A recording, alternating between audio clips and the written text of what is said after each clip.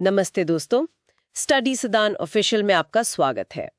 आज हम पुलिस परीक्षा के लिहाज से एक बहुत ही जरूरी विषय पर गहराई से बात करने वाले हैं, भारत के ऐतिहासिक न्यायिक निर्णय और संवैधानिक सिद्धांत। जी, और ये हमारी सिलेक्शन सीरीज का एक खास हिस्सा है।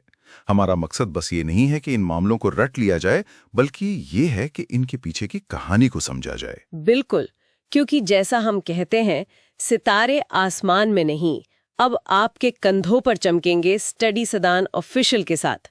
तो चलिए शुरू करते हैं उस मामले से जिसने भारतीय संविधान की नींव को हमेशा के लिए बदल दिया। मेरा अंदाजा है आप केशवानंद भारती बनाम केरल राज्य 1973 की बात कर रही हैं। जी, ये पॉइंट तो जैसा आपने कहा परीक्षा के लिए बहुत ही ज्यादा जरूरी है। हाँ बिल्कुल।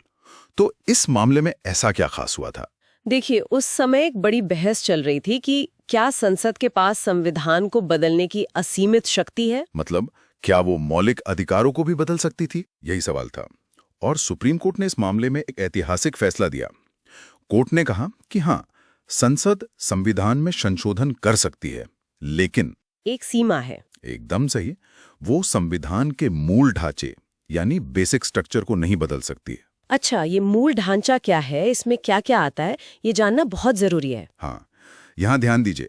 कोर्ट ने कहा कि इसमें कुछ बुनियादी चीजें हैं, जैसे विधि का शासन मतलब रूल ऑफ लॉ, शक्तियों का पृथक्करण यानी सेपरेशन ऑफ पावर्स, और व्यक्ति की गरिमा और स्वतंत्रता भी। जी, और एक कल्याणकारी राज्य की स्थापना। ये सब मूल ढांचे का हिस्सा है। और एक और बात जो सबको याद रखनी चाहिए, ये अब तक की सबसे बड़ी बेंच थी। कितने जजों की? 13 जजों की बेंच।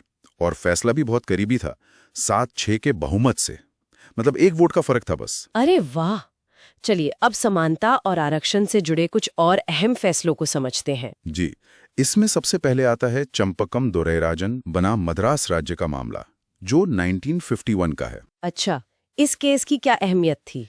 ये इतना जरूरी था कि इसके कारण हमारे संविधान में पहला संशोधन करना पड़ा, फर्स्ट अमेंडमेंट। तो इसके बाद क्या बदला? इसी के बाद संविधान में अनुच्छेद 15(4) और 9वीं अनुसूची को जोड़ा गया था। और आरक्षण की बात करें तो इंदिरा साहनी केस को कैसे भूल सकते हैं। बिल्कुल, 1992 का इंदिरा साहनी केस, जिसे मंडल कमीशन केस के नाम से भी जाना जाता है। इसमें सुप्रीम कोर्ट ने सरकारी नौकरियों में पिछड़े वर्गों यानी ओबीसी के लिए आरक्षण को सही ठहराया। ठीक है, एक और मामला है जो काफी दिलचस्प लगता है, जावेद बनाम हरियाणा राज्य। हाँ, 2003 का मामला। इसमें कहा गया था कि पंचायत चुनाव में अगर किसी व्यक्ति के 2 से अधिक जीवित बच्चे हैं तो उसे अयोग्य ठहराना संवैधानिक है। अच्छा, अब उस सेक्शन की तरफ बढ़ते हैं जो वर्दी की तैयारी करने वालों के लिए बहुत खास है, पुलिस जांच और अभियुक्त के अधिकार। जी, और इसमें केएम नानावती बनाम महाराष्ट्र राज्य का केस बहुत मशहूर है। ये किस बारे में था? ये केस अचानक प्रकोपन यानी ग्रेव एंड सडन प्रोवोकेशन के सिद्धांत को समझाता है।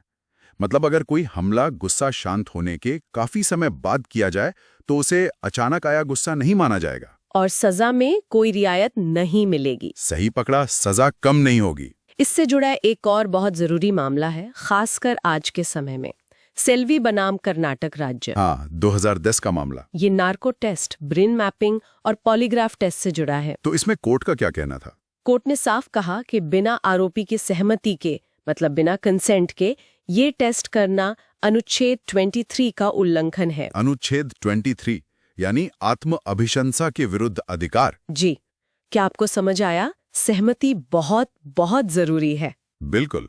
अब हिरासत और न्याय की रफ्तार पर बात करते हैं। इसमें हुसैन आरा खातून बनाम बिहार राज्य का केस एक मील का पत्थर है।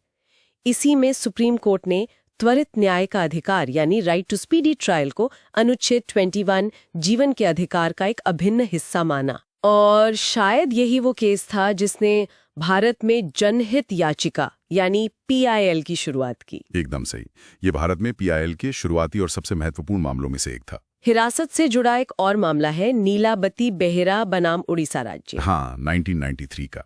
इस केस में ये तय हुआ कि हिरासत में किसी भी नागरिक की सुरक्षा करना सरकार की जिम्मेदारी है। और अगर हिरासत में किसी की मृत्यु होती है तो सरकार को मुआवजा देना होगा। ये बहुत बड़ा फैसला था। अच्छा, एक छोटा सा लेकिन बड़ा दिलचस्प पॉइंट है। हाँ। Bengal immunity company case. जी, इसमें एक बहुत ही बुनियादी सिद्धांत तय हुआ।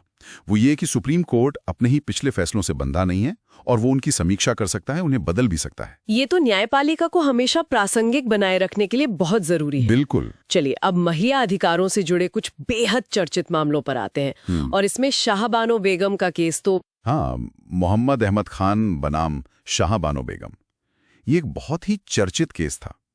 इसमें तय हुआ कि मुस्लिम पर्सनल लॉ के ऊपर सीआरपीसी की धारा 125 को प्राथमिकता दी जाएगी। इसका मतलब क्या हुआ आम भाषा में?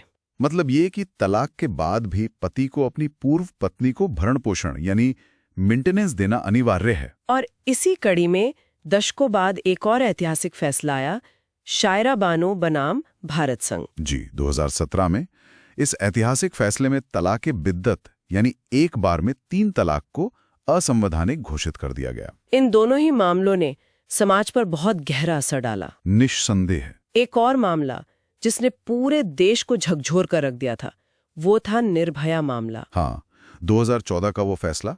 इसमें 5 में से 4 दोषियों को मृत्युदंड की सजा सुनाई गई थी। लेकिन इस मामले का असर सजा से कहीं ज्यादा गहरा था। आप कानूनी बदलावों की बात कर रहे हैं? जी, इस मामले के बाद आपराधिक विधि संशोधन अधिनियम 2013 आया। आईपीसी, सीआरपीसी और साक्ष्य अधिनियम में बहुत कठोर बदलाव किए गए। बलात्कार की परिभाषा को और ज्यादा व्यापक बनाया गया। और शायद किशोर न्याय कानून में भी कुछ बदलाव हुए थे। हाँ, ये भी एक बड़ा बदलाव था। पॉक्सो एक्ट में बदलाव करके जघन्य अपराधों के लिए किशोर यानी जुवेनाइल की उम्र 18 से घटाकर 16 वर्ष कर दी गई। ये बदलाव एग्जाम के लिए जरूर नोट कर लें। ठीक है, अब कुछ ऐसे मामलों की बात करते हैं जो राष्ट्र की सुरक्षा से जुड़े हैं। जैसे कि मोहम्मद अजमल आमिर कसाब बनाम महाराष्ट्र राज्य, 26/11 मुंबई हमला। इसमें राष्ट्रद्रोह और हत्या के लिए मृत्युदंड दिया गया। और याकूब मेमन का केस भी था। हाँ, याकूब अब्दुल रज्जाक मेमन 2015, 1993 मुंबई सीरियल ब्लास्ट का दोषी। उसकी दया याचिका खारिज हुई और फांसी की सजा बरकरार रखी गई। एक और मामला जिसे विरल से विरलतम कहा गया था, निठारी सीरियल हत्याकांड।